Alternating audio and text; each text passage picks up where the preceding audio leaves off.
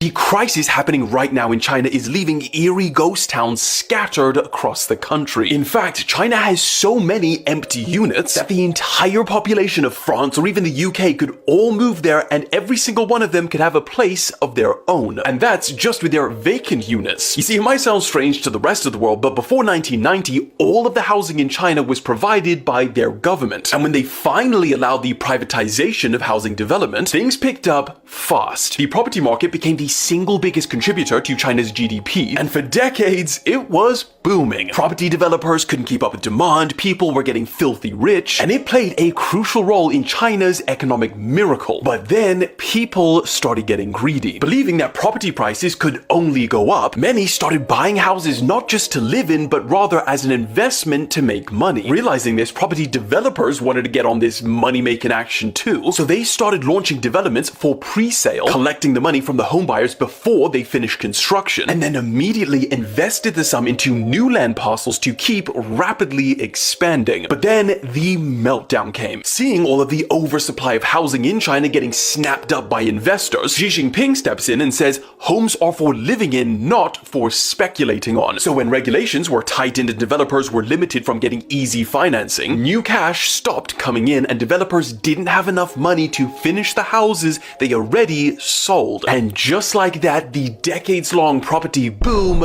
viciously collapsed. And as for the tens of thousands who already bought and took out mortgages for these houses, well, they were pissed. Furious protests broke out, civil unrest grew, and the government had to step in and try and push banks to continue lending to developers so they could at least finish the houses they had already sold. But fast forward to today, we're seeing very little chance of this happening. Apartment complexes, mansions, and entire towns are completely abandoned and frozen in time, and now, with very little chance of life ever returning, they serve as an important reminder that greed and cutting corners always ends in ruin.